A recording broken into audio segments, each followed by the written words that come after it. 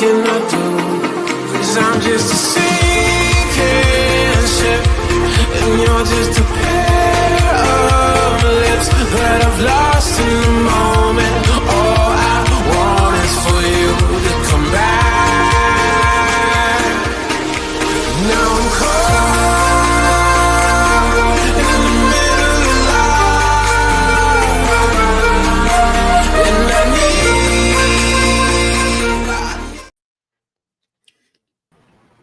Greetings, everyone, and welcome to another edition of the Red Pill Diaries. I'm your host, Rashid, and once again, I'll bring on my colleague, former CIA analyst Larry C. Johnson. How is it going today, my friend? I'm well, brother. I'm well. So let's jump right into it because it's so much going on and so little time to talk about it, Larry. Yeah. It seems like we're finally headed to war. I was looking at something on Bloomberg, which came out last night, and the title of it is Oil Climbs on Report that Israel is preparing to strike Iran. And I noticed that in the recent week or so, the drumbeat for that has steadily increased. Where are we headed? Are we really headed to war? And if so, where will the United States, what would the United States do in the event of the war?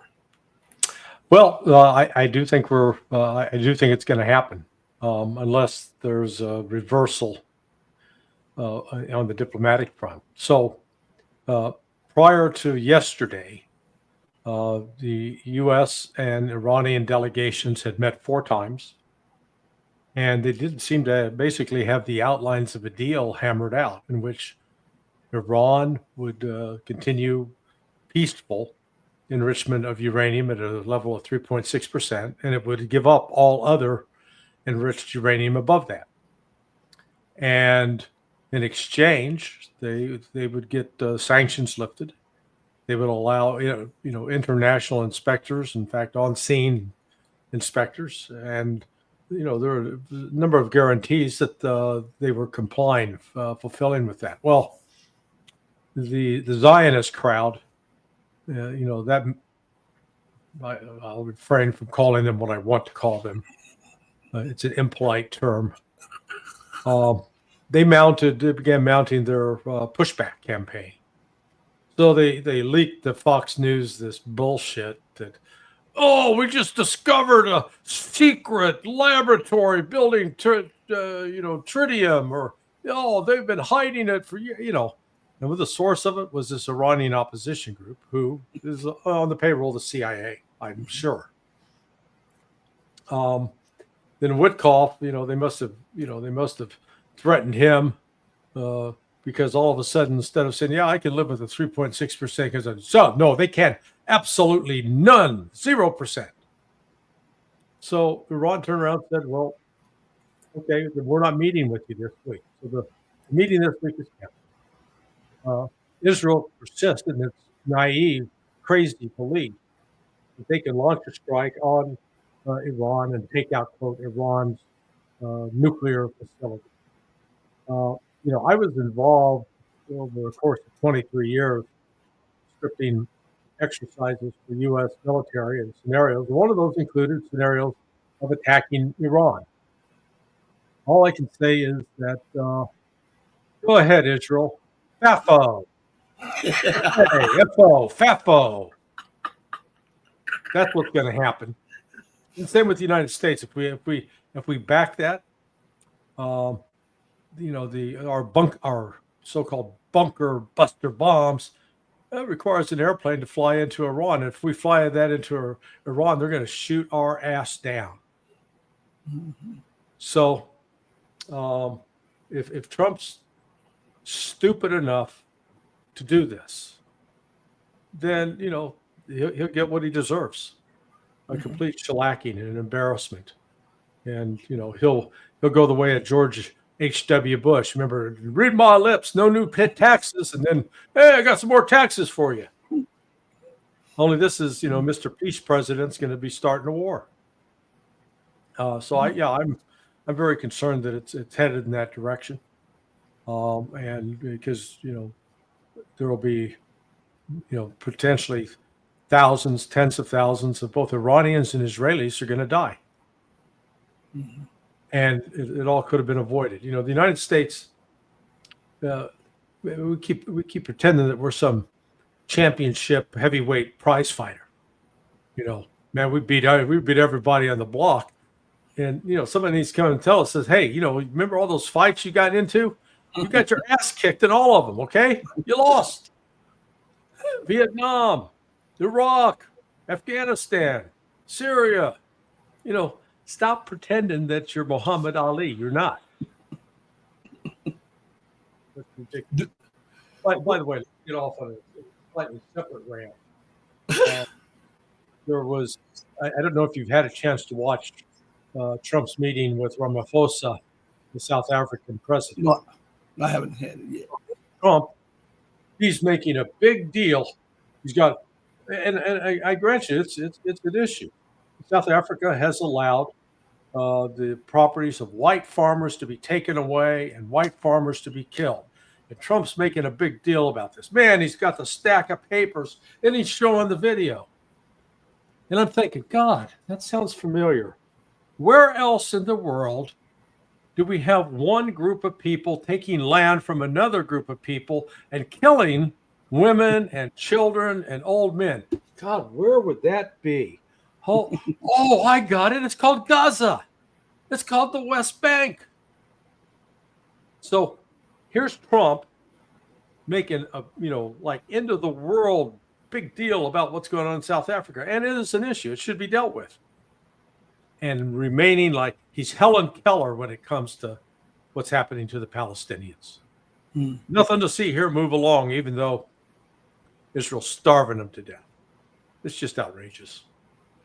Well, do you think that when this war starts, well, as the war progresses, do you think that this will be a clear mark of American decline and collapse? Because if the scenario that you laid out is what we're to expect, or even worse, then that means that America no longer has the capability to not only force its will on nations like Russia and Ukraine, but even smaller nations. Well, Iran is larger in size, but smaller nations in the global landscape of things. Wouldn't this mark a significant shift in American policy? I mean, power and the U.S. imperial reach? Well, the shift's already taken place. The problem is we just refuse to recognize it. I've used it. We're like the evil queen in the in the Disney fable Snow White, and we're standing in front of the mirror saying, "Mirror, mirror on the wall, who's the fairest of them all?" And we keep thinking that we are, Marilyn Monroe beautiful. And in fact, we're not seeing that we need to look in the mirror. We're Jabba the Hutt. We're ugly. And we're not as pretty as we think. We're not as good as we think. So and we've already exposed our weakness.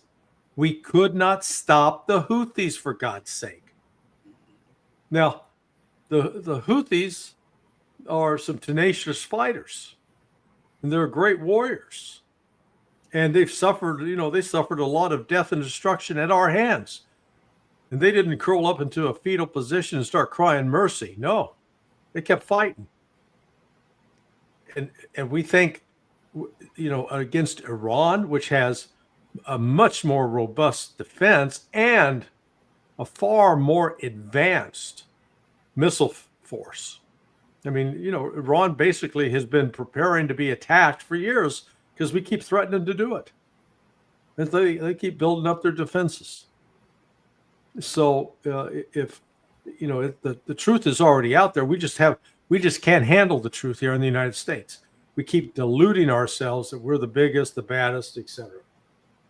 And do you think that this, as I was talking about, would mark the end of American power in that region? Because if a war were to break out, this will engulf the entire region, North Africa, and what they term as the Middle East. And this would put pressure on Western bases in North Africa and Western position in North Africa, as well as in the Middle East. So where would that lead the so-called Western world? Well, we really don't have much of a presence in North Africa, last I checked. But the big base for us is in Qatar at Al Udeid. Then we got, I think, some naval facilities in Bahrain. So this is, the United States could be picking a fight that we're not able to finish. And if we dare to put our aircraft carriers anywhere near Iran take them out. And then all of a sudden, Trump's lost 1 or 2 aircraft carriers, and then all those dead sailors. Really what this could create a situation where the United States, its only option would be tempted to use nuclear weapons. Again, nuclear weapons won't solve the problem. All it would do is kill a number of Iranians and potentially embroil the United States in a nuclear war with Russia and China. Because Russia and China are not going to stand by and let the United States nuke Iran. Not going to happen. So we're looking at a defeat of the U.S. and NATO in Ukraine, and a possible defeat of the U.S. and Israel in North Africa, Middle Eastern area. And America is still trying to position herself for a war with China. How is that even rational or sane? Dude, we're already defeated. We just don't know it. We're like what's his face? You remember the movie The Sixth Sense? Mm-hmm. And the actor Bruce, what's his face? Now has dementia. Bruce Willis. Bruce Willis. Look at me talk. But he goes throughout that movie thinking, "No, I got to help this kid," and he doesn't realize he's dead. It's not to the end he finds out he's dead. That's the United States, man. We are like Bruce Willis.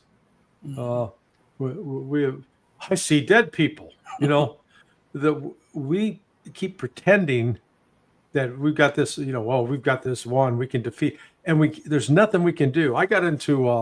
I did a speech last night talking about how the United States provoked this war in Ukraine. And one of the people in the audience, she's a retired U.S. State Department officer, never made ambassador. And she was what I call a butt buddy of Victoria Nuland. And when I got done laying out the facts, her first words out of her mouth, "You're just drinking Russian Kool-Aid." Man, that set me off. I lit into her. I ripped her up one side, down the other. Because you're not going to question my integrity on that. Right. But later she said, "Oh, so you're just going to give all those territories to Russia?" And I said, "Russia's going to take them." I said, "What are we going to do about it? What, you think we're going to send an army over there that's capable of fighting the Russians? Our army's got 472,000 men in it. The Russians got a 1.5 million man army. Wake the hell up." And she said, "Well, yeah, she finally admitted it's just these people, they shoot their fat mouths off without looking at the realities of what can they actually do. It's just really, I'm becoming an irritable old man." Well, speaking of that, well, hang on. One of your commenters just said, "Where is the evidence of a genocide?" Actually, I didn't say anything about a genocide in South Africa. No, but there are press reports that about 1,000 people have been killed. There are some South Africans that want to eliminate the white farmers. President Ramaphosa just said that that's not South African government policy. My point in this, and these people that they have trouble listening, is it is ironic that Donald Trump spends. I mean, they're still talking about this right now. They've been going on for an hour and beating up Ramaphosa on this issue of the white farmers and their status in South Africa. And yeah, there have been white farmers that have been dispossessed of their property, and there have been white farmers that have been murdered. But compare that to what's going on in Gaza. You're comparing, right now, God knows what the actual number is.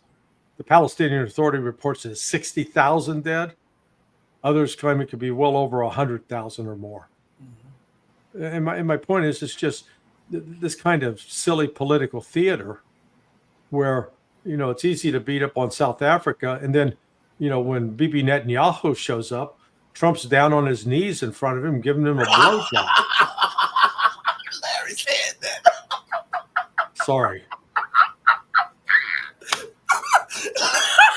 Larry said it. Oh my God. Everybody's thinking, I'm just saying what everybody's thinking, right? Hey, so you were talking about, hold on, Larry.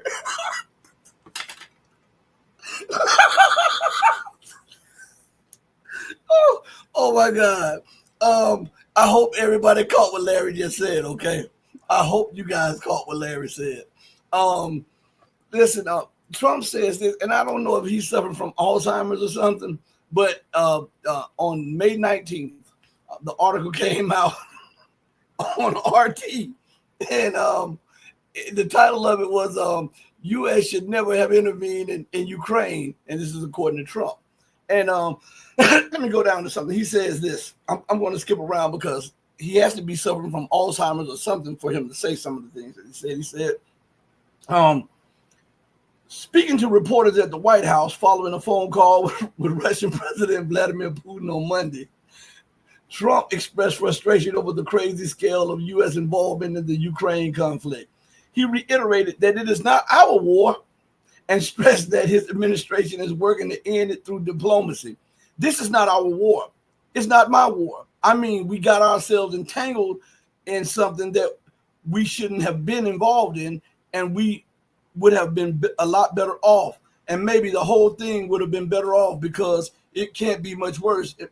It's a real mess, Trump said. The president stated that Washington has provided massive and record-setting levels of military and financial assistance to Kiev, far exceeding what the EU and other NATO countries have combined. Now, here we go.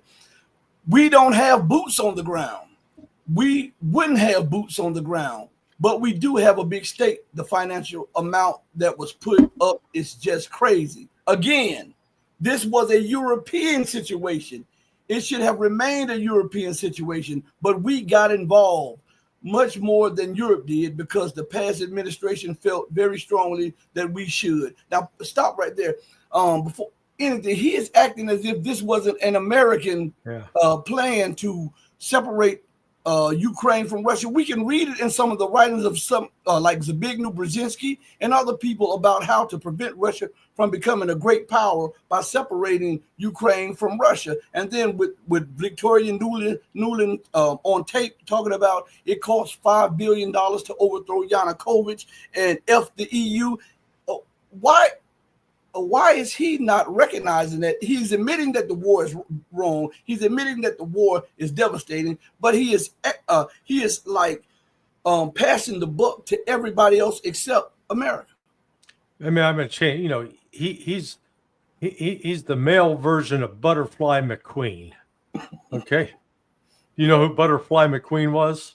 Oh no, she was a famous actress, one of the first black actresses in Hollywood. She was in the movie Gone with the Wind, and she's the one. Miss Scarlett, I don't know nothing about birth and no babies. That's Donald Trump. He's pretended that he doesn't know nothing about this war in Ukraine. It just, God, how did this happen? Hey, dude, who was the one that sent Javelin missiles to Ukraine when you were in your first term as president? Who was the one that was presiding as president over a Department of Defense that through U.S. European Command and NATO conducted an average of 5 military exercises a year with Ukraine that were featuring Russia as the enemy? That was you.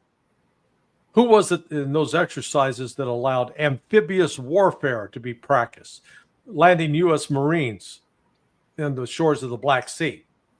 That was you, Mr. President. Who was it that under his term as president allowed B-52 Stratoforce bombers to fly along the Crimean coast as a is a direct threat to Russia. Planes whose only purpose is to drop nuclear bombs. That was you, Mr. Trump. For 35 years, the United States, not just Trump, but starting with Clinton, then with George W. Bush, then with Obama, then with Trump, and then with Biden, continued to use NATO as a club against Russia. And Ukraine was just a pawn in this game, just a piece on the chessboard. A malevolent piece, a violent piece, but nonetheless just being used, a tool.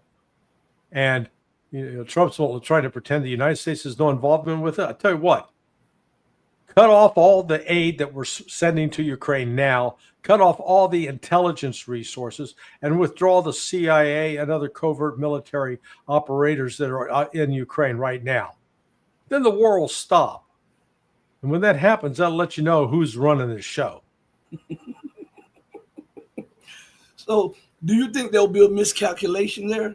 Because you have some hawks in Washington that really want to provoke Russia, and they still believe that Russia has been backwards power that relies on export of oil. You know what? That's akin to these people that let's think back when Mike Tyson was in his prime, and that they believe, oh, that Mike Tyson, he's not a good fighter, he's just a scrawny kid. Go ahead, get in the ring with him. Then we'll see. That's the United States is just deluding us. It's telling itself lies. We got to get cue up Fleetwood Mac. Tell me lies, tell me sweet little lies. But these aren't sweet, man. These are sour and raw. Mm-hmm. No matter what we believe about Russia, Russia is going to do its own thing. It's going to pursue its own national interests, whether we like it or not. Mm-hmm. And the fact of the matter is, there's not a lot we can do about it without running the risk of getting ourselves blown into oblivion. So, I think Trump's efforts at negotiation, they're going to fail. This war is going to be won militarily on the ground by Russia. And all NATO is going to be able to do is cry, as they have to accept the fact that they're too weak. And this notion, we got to stop Russia. Stop Russia from what? Russia is not the one that's been building out military bases on the borders of Europe. That's been NATO. Russia's not the one that deployed the Aegis missile systems in Poland and Romania aimed at Russia. That's us. So this is, Putin will try to have good relations with Trump, but Trump's problem is he's living in a fantasy world. And on top of that, Larry, why would Russia trust America, even if there's good relations with Trump and Putin? Why would they really trust them to sign any agreements and feel that those agreements would be honored? Yeah, no, they're. If I was Russia, I would require the treaty where the Congress would have to uphold the treaty. And that's not going to happen. Congress, right now, you've got 80 members of Congress that have signed on for bone-crushing sanctions on Russia. Democrats are as warmongerish on this as any Republican, as Lindsey Graham. And so, I'm empathetic with the Russians' desires, that prefer to get along with us. But there's, it's not going to happen. It's the only thing.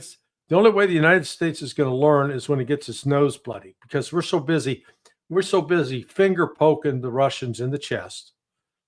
And because they don't punch back, we think they're weak. We think that they're afraid. And therefore we become more aggressive. And one of these days, man, we're going to cross that line, and they're going to flatten our nose. Do you think that a lot of this trouble is being is being made and kicked up by those who cannot come to grips with the reality that America is no longer the global hegemon. She's no longer a nation without peers. I think because we've lived in the era where America believed her own propaganda for so long, I think sometimes that's hard to digest as you're moving into a new era, especially about the old guard and how they will not accept even the reality of it, that, okay, we are just a nation among many nations, or we have peers now.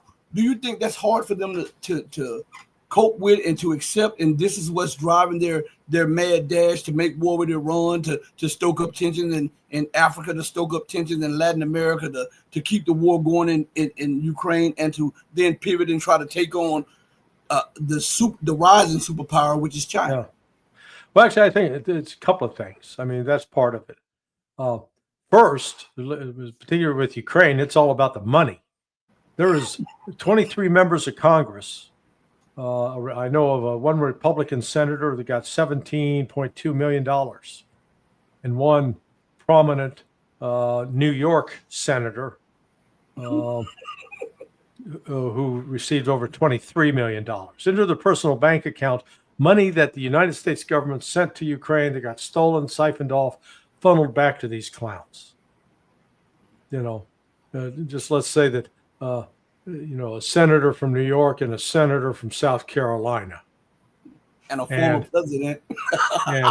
and they're, so there's a financial stake. These people are making money off of this. But then you're seeing the sort of the death throes. We talked about it earlier. The United States is Bruce Willis. We're a dead man walking. We don't realize we're dead. We keep living this dream like we're in charge. We're the biggest. We're the best. We're the hegemon. And that world is changing.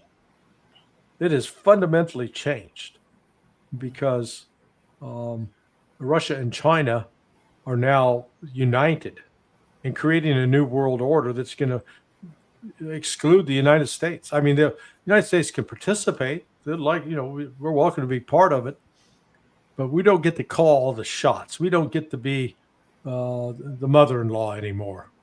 The biggest nightmare, I feel the sorriest for was poor Harry S. Truman, because all the years he's married to Bess, man, his mother-in-law lived with him. I mean, she must have been, I heard she was a terrible person. So, and the problem with mother-in-laws is they're always meddling, trying to tell you what to do, trying to tell you you're not good enough. I'm talking about the bad mother-in-laws. There's I'm sure some good mother-in-laws out there.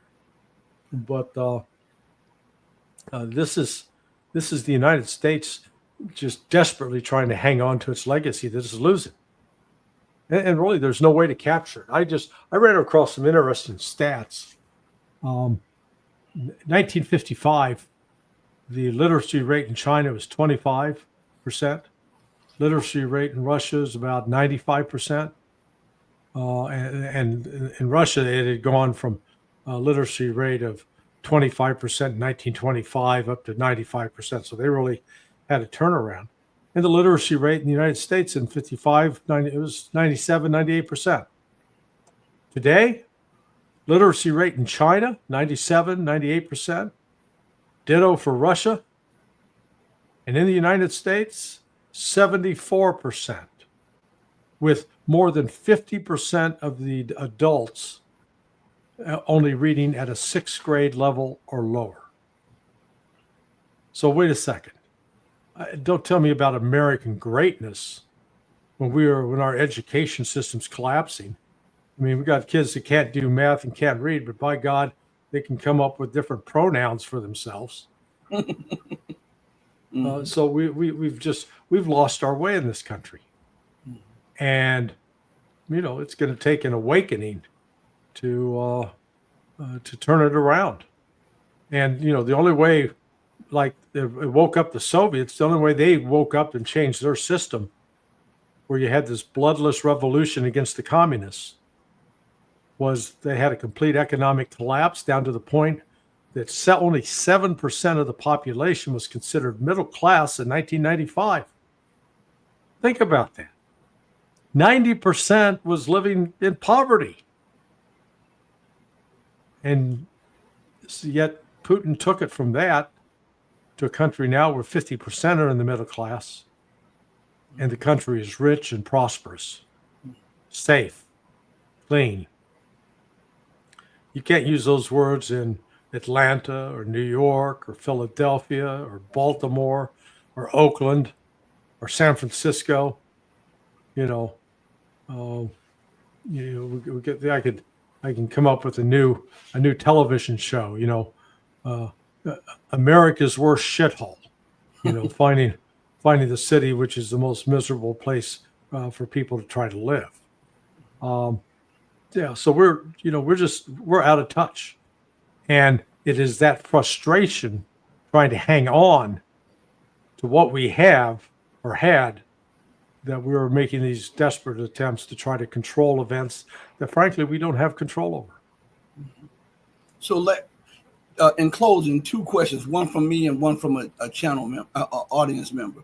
I often say that I think the scientists of America and the think tanks and the wise of the wise should pay more attention to the educational system, because it is education what civilizes us. It's education what uplifts us, and it's education is what keeps a nation progressing into the future. And to defund your education, to downgrade and to dumb down the educational standards and system is a recipe for the collapse of the American empire. What would you say to that? Oh, I couldn't agree with you more. When you look at the power of education, particularly literacy, to read, because man, when you can read complex, difficult material, you're in charge. You got power. And that kind of empowerment, we've seen in the lives of people like, look at Ben Carson. I mean, Ben grew up in just a terrible situation. He could have been another statistic. Instead, his mother made it a priority about him learning to read. And then once, he got that skill, he had the initiative on his own to do it. And, became really an unbelievable neurosurgeon with a special gift for operating on babies and children. When you look at that kind of thing is being denied to so many now, just in part because of our cultural orientation, and we don't make it a priority. Learning to read and taking control of one's life is not what's glorified in this country right now. So we're lagging way behind the Russians and the Chinese, way behind. And we're frankly, it's not impossible for us to catch up, but it's not going to happen overnight. We're looking at least a decade-long process if we set about trying to do it. Now, the last question, Red Panda Pie says, what's your take on the recent Romanian elections? Was it Romania? It seems to me all is linked to Russia due to its border and Macron being the best responsible of all the RO Ukraine mess. Is Odessa the goal? Yeah, well, they do a couple of different questions in there. One, the Romanian election had extensive outside interference from the European Union. And while the opposition, the candidate that was expected to win, who didn't win, has not come out and necessarily accused them of corruption, I think it's highly likely that there was a massive effort to prevent Simeon from becoming president, just as they had prevented the Georgalis was his name, from winning, who won the first round, from being able to run. I mean, the interference in Romanian politics was just so blatant. With respect to Odessa, though, I think Russia is going to ultimately take Odessa back. And that, they made the offer the other day in Istanbul to the Ukrainians of withdraw all of your forces now, from Zaporizhia, Kherson, Donetsk, and Luhansk. Swear off ever joining NATO, and we'll sit down and figure out how to negotiate an end to this war. And Ukraine said, hell no, we're not doing that. And the West said, oh, no, we're not going to, you don't have to do that. Okay, so Dmitry Medvedev, the former president, he was in a speech yesterday or day before yesterday at the International Legal Forum in St. Petersburg. And he said, you know what? If you don't take this offer soon, the next offer is going to be, you're not going to have a country left. We'll strip you of your country, which means they'll take every oblast that's east of the Dnieper River, which include Poltava, Sumy, Dnipropetrovsk, Mykolaiv, Kharkiv, and then Odessa. So Russia, either Ukraine comes and negotiates a settlement to the war now, unconditional surrender, but a settlement, or the war is going to continue and Russia is going to take more and more territory, and they'll keep it. Do you think? Oh, this is from me, Larry. Do you think they'll take Kiev, because that was a Russian? Yeah, actually, I do. Before.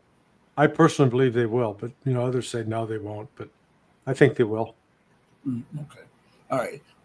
We'll wrap it up right there, Larry. Thank you so much for joining me. Thank you for the well wishes behind closed doors about my mother. I really appreciate it. Yes. Well, and congratulations on your daughter too.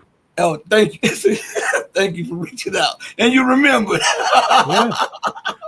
I couldn't remember Bruce Willis, but I remembered your daughter. Okay. a proud father. Thank you so much, Larry. I'll send you the video, man. Be blessed, be safe, and I'll hit you up later. All right, brother. Later. Bye-bye. All right, later. Everybody, listen, thank you for joining me on this episode of the Red Pill Diaries. Join us tomorrow. We're supposed to have Alex Craner on the platform tomorrow. So we're hitting the ground running, okay? I'm trying to get you all the best guests again back on the show, and then I'm going to do some freestyling by myself where I'm unhinged and I'm off the chain. So look forward to all of that, everybody. Listen, on that note that I want you to treat others as you would have them treat you, and vice versa. I want you to do right by others, not because there's some material gain or some accolades behind it, but do right by others because it's the right thing to do. It's the godly thing to do, and it's the humane thing to do. And on that, I say this: if you love truth, know that I love you, but know that the love that I have for you always will pale in comparison to the love that God has for you. Until we next speak again, stay strong, stay true, but above all things, remember to stay righteous. Hey, mama, your baby boy still loves you in eternity and infinity more than life. We're out of here. Peace.